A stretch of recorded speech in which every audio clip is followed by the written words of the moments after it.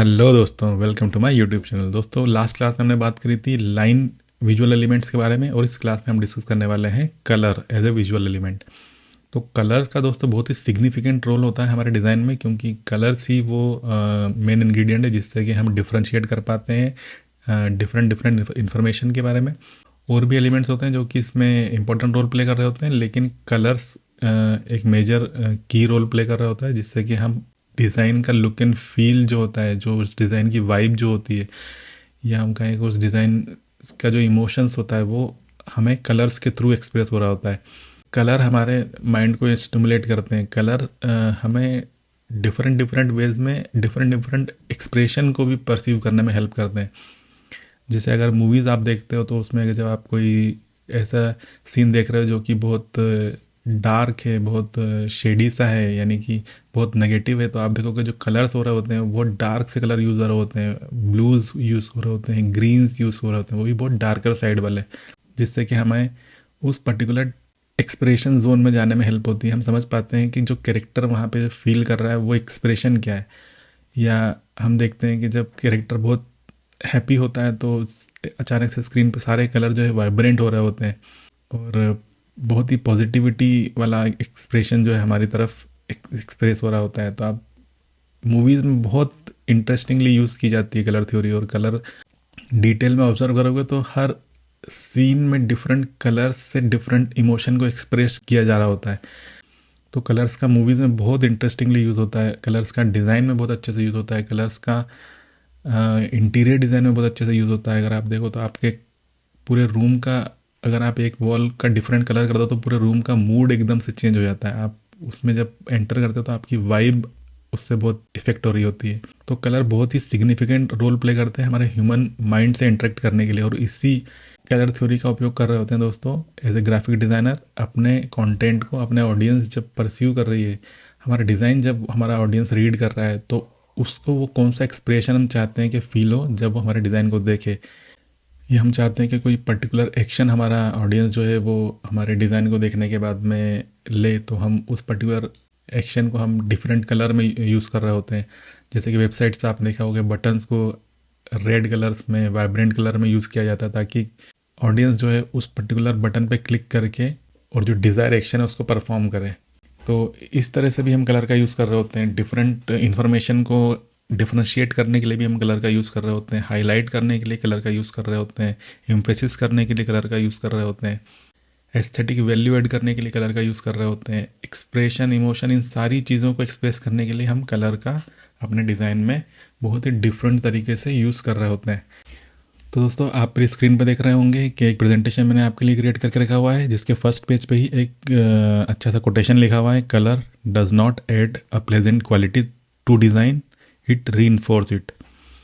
It means कि colour सिर्फ आपके डिज़ाइन को एक सुखद एक्सपीरियंस नहीं दे रहे होते हैं, बल्कि वो उसको सुनिश्चित कर रहे होते हैं कि आपका डिज़ाइन जो है बेहतरीन एक्सपीरियंस प्रोवाइड करे अपने ऑडियंस को।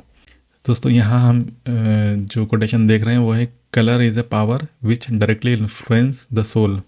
इसका मतलब है कि कलर के पास में वो पावर है दोस्तों कि जो कि हमारे फील को ट्रिगर कर सकता है। हम चाहते हैं कि हमारे ऑडियंस को अपने डिज़ाइन के थ्रू हैप्पी फील कराएं, तो हम ऐसे कलर यूज़ करेंगे जिसको देखने के बाद में उनके दिमाग में हैप्पीनेस वाला हार्मोन रिलीज़ हो और उनको फील गुड महसूस हो।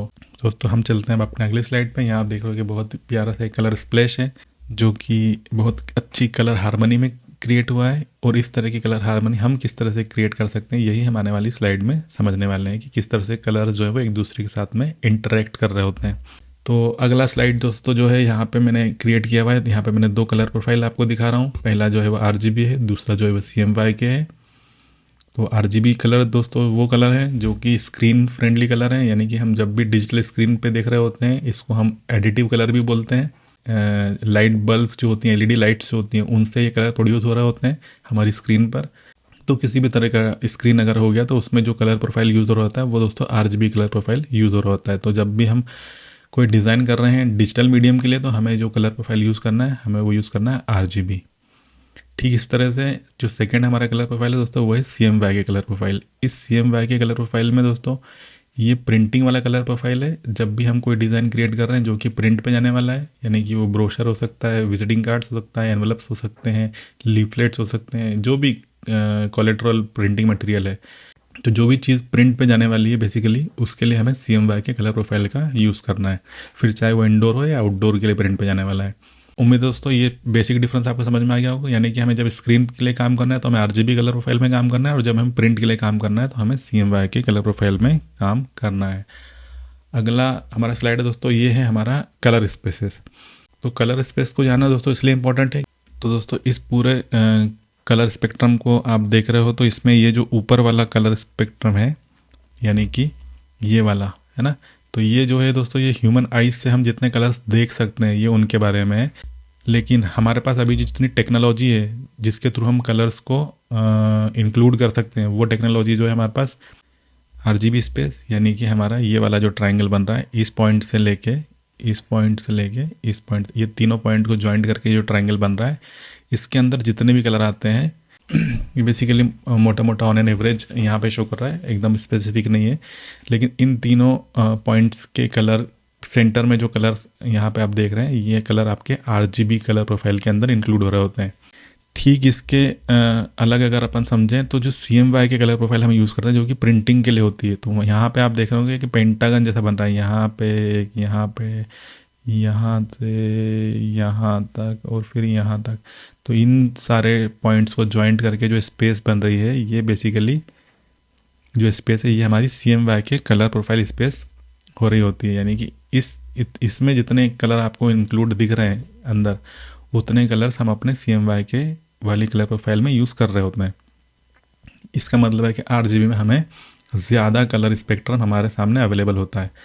तो इसीलिए दोस्तों हम जब डिजिटल के लिए काम कर रहे होते हैं तो हम RGB कलर यूज़ कर रहे होते हैं, क्योंकि वहाँ पे हमारे पास ज़्यादा कलर यूज़ करने की अपॉर्चुनिटी होती है। लेकिन जब हम प्रिंटिंग में काम कर रहे हैं तो क्योंकि हम कितने भी कलर यूज़ कर लें, लेकिन जब वो प्रिंट होने वाला है तो उसके लिए एक लिमिटेड कलर प्रोफाइल ही यूज़ होने वाली है। तो हम जब हाई कलर यूज़ कर रहे होंगे, हायर साइड वाले कलर हम यूज़ कर रहे होंगे, तो वो कहीं ना कहीं कन्वर्ट होके लिमिटेड कलर प्रोफाइल के अंदर प्रिंट हो जाता है। तो इसके बाद इससे क्या होता है दोस्तों कि हम स्क्रीन पे हम देखते हैं कि वो डिज़ाइन बहुत ही वाइब्रेंट दिख रहा है, लेकिन जब वो प्रिंट होता है तो थोड़ा सा फेडेड सा या लेस कलर के साथ में प्रिंट हो रहा होता है, तो वो थोड़ा सा डल लुक एंड फील दे रहा होता है। तो वो इसीलिए दे रहा होता है क्योंकि हमारा प्रिंटिंग प्रोफाइल जो है उसमें लिमिटेड कलर्स मौजूद होते हैं। वो हमारा स्पेक्ट्रम जो स्पेस जो है वो हमारा सिर्फ इतने ही कलर यूज़ कर रहा होता है।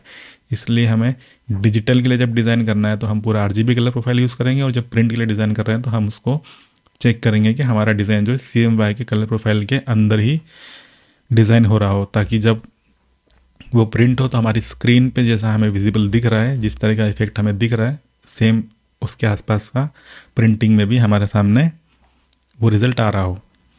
तो उम्मीद है दोस्तों ये एक छोटा सा थोड़ा टेक्निकल चीज़ है, इसको हालांकि आप स्लोली और ग्रेजुअली आपको धीरे धीरे समझ में आ जाएगा। और ये जो ऊपर वाला जो कलर स्पेक्ट्रम है इसमें भी कुछ स्पेस हैं जो कि और प्रोफेशनल RGB में जो मॉनिटर्स होते हैं उसमें इंक्लूड होता है, नहीं लेकिन यूजुअली वो बहुत महंगे मॉनिटर्स होते हैं।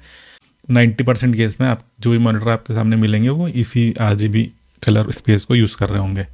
तो ये वाला हमारा जो स्लाइड है दोस्तों, ये हमारा कलर व्हील वाला स्लाइड है। यहाँ पे आप देख रहे हो एक कलर व्हील क्रिएट किया हुआ है जिसमें रेनबो की तरह सारे कलर्स यूज़ हुए पड़े हैं। और इसमें आप देखो कि सेंटर से मैंने इसको डिवाइड कर रखा है एक लाइन से, एक तरफ हमारा वार्म कलर्स हैं, एक तरफ हमारे कूल्स कलर हैं। इस तरह से हम अपने कलर व्हील को डिवाइड कर सकते हैं। बेसिकली एक पॉजिटिव साइड को डिफाइन करने के लिए कलर्स हैं, एक हमारे प्लेजेंट साइड को या कहें शांत वाले साइड को अगर हम एक्सप्रेस करना चाहते हैं तो हम उसके लिए कूल कलर को यूज़ कर सकते हैं। और अगर हम हैप्पी वाला वाइब चाहते हैं, हम चाहते हैं कि वाइब्रेंट वाला वाइब हो, तो हम वार्म कलर को यूज़ कर रहे होते हैं। नेक्स्ट स्लाइड पे अगर हम जाएं दोस्तों तो हमारे सामने है उसी व्हील को थोड़ा सा डिटेल में यहाँ पे ब्रेक डाउन किया हुआ है, जिससे कि हम समझ पाएंगे कि हमारे पास में कितने तरह के कलर्स के सेगमेंट एक्चुअली होते हैं। तो हमारे पास जो मेन कलर है दोस्तों वो है प्राइमरी कलर, यानी कि प्राइमरी कलर मतलब कि ये जो सेंटर वाला ट्रायंगल बन रहा है, ये वाला जो ट्रायंगल है ना जिसको हमने रेड किया हुआ है, ये ऊपर, ये यहाँ लेफ्ट, ये यहाँ पे राइट। तो प्राइमरी कलर हमारे दोस्तों होते हैं येलो, ब्लू एंड रेड। और इन तीनों कलर को मिक्स करने के बाद जो कलर क्रिएट होता है, यानी कि जब इन दोनों कलर को मिक्स किया तो जो तीसरा कलर बना वो बना हमारा ऑरेंज। तो ये हमारा हो गया सेकेंडरी कलर। ठीक ऐसे ही जब इन दोनों कलर को मिक्स किया, यानी कि येलो और ब्लू को हमने मिक्स किया, तो हमारा जो सेकेंडरी कलर बना वो हमारा बना ग्रीन। तो ये हमारा सेकेंडरी कलर हो गया। देन हमने इस वाले रेड को और इस वाले ब्लू को मिक्स किया, तो हमारे सामने जो कलर बना वही पर्पल बना। तो ये हमारा थर्ड सेकेंडरी कलर हो गया। तो इस तरह से ये हमारे सेकेंडरी कलर बन रहे होते हैं। और उसके बाद में जो हमारे थर्ड जो है टेरिटरी कलर, तो ये दोस्तों हमारे सेकेंडरी कलर्स के अंदर प्राइमरी कलर्स को मिला के जो कलर बनता है, यानी कि हमारा सेकेंडरी कलर आ गया ऑरेंज। जब हमने येलो और रेड को मिक्स किया तो हमारे पास आ गया ऑरेंज। लेकिन अब इस ऑरेंज में हमने फिर से हमारा प्राइमरी कलर येलो मिक्स किया, तो हमारे पास जो कलर बनेगा वो हमारा हो गया टेरिटरी कलर। तो इस तरह से हम इस कलर व्हील को बेसिक डिवाइड कर सकते हैं 3 सेगमेंट में, कि हमारे फर्स्ट जो है हमारा प्राइमरी कलर है, तो ये हमारा जो है ये 3 कलर जो है ये हमारे फर्स्ट जो है ये हमारे प्राइमरी कलर हो गए। उसके बाद हम सेकंड बात करें तो ये जो हमारे हैं ये हमारे सेकंड जो है ये सेकेंडरी कलर हो गए। उसके बाद अगर हम बात करें बचे हुए जो कलर हैं, थर्ड वाले जो कलर हैं, ये हमारे टेरिटरी कलर हो गए। तो इस तरह से कुछ हम इस कलर व्हील को बेसिक वे में डिवाइड कर सकते हैं। तो ये इसी तरह से दोस्तों आपस में इंटरेक्ट कर रहे होते हैं। जब हम येलो में रेड मिलाते हैं तो हमारे पास ऑरेंज कलर निकल के आता है। जब हम येलो में ब्लू मिलाते हैं तो हमारे पास ग्रीन कलर बन के आता है। जब हम रेड में ब्लू मिलाते हैं तो हमारे सामने पर्पल कलर बन के आ रहा होता है। और अगेन फिर इनके अंदर हम जब वापस प्राइमरी कलर हमारा मिक्स कर रहे होते हैं तो हमारे पास लाइटर और डार्कर शेड उसके टिंट्स क्रिएट हो रहे होते हैं, या हमारे पास में उसके शेड्स क्रिएट हो रहे होते हैं। अब हम चलते हैं अगले स्लाइड पे। यहाँ पे आप देख रहे हो कि मैंने आपके सामने कलर हार्मनीज क्रिएट करके रखी हुई कि कितने तरह से हम कलर को यूज़ कर सकते हैं। तो सबसे पहला जो दोस्तों यूजेज है वो है हमारा एनालॉगस कलर्स। तो एनालॉगस कलर्स क्या होते हैं, हमारे कलर व्हील में उसी कलर के पास वाले कलर हैं, उसको हम एनालॉगस कलर बोलते हैं। इस तरह के कलर आप नेचर में बहुत यूज़ होते हुए देखते हैं कि अगर हम एक लीफ को अगर हम देखें पर्टिकुलर वो देखोगे तो उसमें लाइटर ग्रीन से लेकर डार्क ग्रीन तक के कई सारे शेड्स हो रहे होते हैं। या आप देखोगे कि मेपल लीफ को देखोगे तो उसमें ऑरेंज के कई सारे शेड्स एक ही लीफ में रिप्रेजेंट हो रहे होते हैं। तो इस तरह के जो कलर, यानी कि हम कलर व्हील पर समझे तो सेम एक कलर के आसपास वाले जब हम कलर यूज़ कर रहे होते हैं तो उसको हम एनालॉगस कलर बोल रहे होते हैं। डिज़ाइन में भी हम इस तरह से यूज़ कर रहे होते हैं दोस्तों कलर के, हम एक प्राइमरी कलर हम चूज़ कर लेते हैं। लाइक मैंने येलो एक प्राइमरी कलर चूज़ कर लिया, उसके बाद उसी के पास के ये deep yellow and orange colour को मैंने उसके साथ में डिज़ाइन में ओवरऑल हम यूज़ कर रहे होते हैं। ये हमारा पहला कलर हार्मनी हो गया। इसके बाद जो सेकंड होता है दोस्तों उसको हम बोलते हैं कॉम्प्लीमेंट्री कलर, यानी कि कॉम्प्लीमेंट्री का मतलब हो गया हमारे अपोजिट कलर। ये बेसिकली हम इसलिए यूज़ कर रहे होते हैं दोस्तों कि हम अपने डिज़ाइन में जब बहुत हाई कॉन्ट्रास्ट ऐड करना चाहते हैं तो हम कलर व्हील में हमारे पास अगर हमने एक येलो कलर चूज़ किया है तो उसके अपोजिट में कलर व्हील पे जो कलर है वो है हमारा पर्पल कलर। तो हम जब हाई कॉन्ट्रास्ट उसमें ऐड करना चाहेंगे तो हम जो कलर यूज़ करेंगे वो प्राइमरी कलर हम चूज़ करेंगे येलो, एंड देन उसके बाद में कॉम्प्लीमेंट्री कलर उसका हम पर्पल चूज़ कर रहे होंगे। तो इस तरह के डिज़ाइन जो है बहुत विविड सा हाई कॉन्ट्रास्ट हमारे डिज़ाइन में ऐड कर रहे होते हैं, यानी कि 2 डोमिनेंट कलर हम अपने कलर डिज़ाइन में यूज़ कर रहे होते हैं। और इसके अगेंस्ट में अगर हम चाहें तो एक होता है हमारा ट्राइडिक कलर। तो ट्राइडिक कलर में हम क्या कर रहे होते हैं कि हमने मान लो एक कलर येलो चूज़ किया हुआ है कि हमारा ये प्राइमरी कलर है, ये हमारा ब्रांड कलर है। तो अब हमको इसके साथ में अगर 2 कलर अपने डिज़ाइन में यूज़ करना है तो वो हमें क्या यूज़ करना है, तो हम वो कर सकते हैं। एक तो तरीका है कि हम पूरे कलर व्हील पे एक ट्राइंगल क्रिएट करें और उसके अपोजिट में जो 2 कलर दिख रहे हैं कि अगर येलो यहाँ पर है तो एक यहाँ पे जो रेड दिख रहा है और यहाँ पे जो ब्लू दिख रहा है, ये हम ट्राइडिक कलर का जो ट्राइंगल है ये अपने डिज़ाइन में यूज़ कर सकते हैं। तो ये बहुत बेहतर तरीके से एक दूसरे के साथ में इंटरेक्ट कर रहे होते हैं, ये बहुत अच्छे से सेपरेट भी रहते हैं और बहुत अच्छे से एक दूसरे के ऊपर हाईलाइटेड भी रहते हैं। तो इस तरह के कलर हार्मनी हम ट्राइडिक कलर भी यूज़ कर सकते हैं। और अगर हम वाइब्रेंसी ज़्यादा ऐड करना चाहते हैं अपने डिज़ाइन में, मोस्टली तो हम प्रिफर करते हैं कि ऊपर के 3 कलर वाली हार्मनी को ही यूज़ करें, क्योंकि ये ईजी होता है आपको आगे ऑपरेट करने के लिए।